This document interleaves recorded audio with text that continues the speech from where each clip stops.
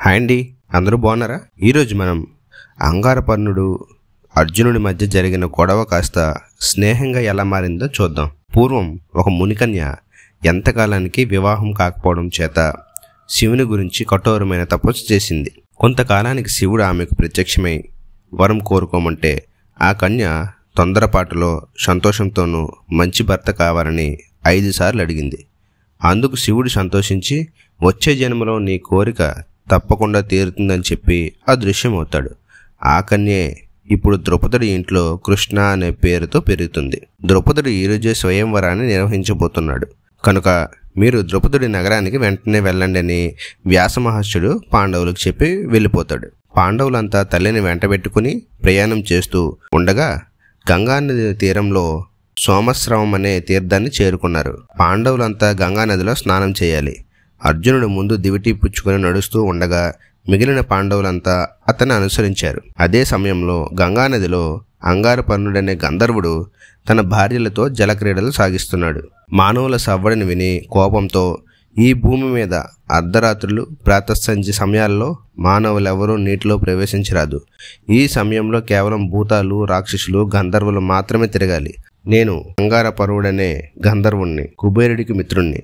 ఈ అడవి, గంగా తీరం అంతా నా సొంతమని లోకంలో అందరికీ తెలుసు కనుక ప్రాణాల మీద తీపి ఉంటే ఇక్కడి నుండి వెళ్ళిపోండి అన్నాడు. అతడితో అర్జునుడు, నువ్వు ఈ మాటల్ని బలహీనమైన మనుషులతో చెప్పు, మేము మహాశక్తి గల వీరులం అంటూ తల్లి సోదరుల్ని వెంటబెట్టుకుని గంగానదిలో స్నానానికి దిగారు.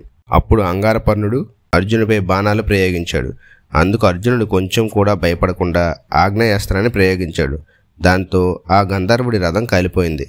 ఒళ్ళంతా కాలి నేలపై పడిపోయాడు. అర్జునుడు ఆ గంధర్వుని పట్టుకుని ధర్మరాజు వద్దకు ఈడ్చుకుని వచ్చాడు.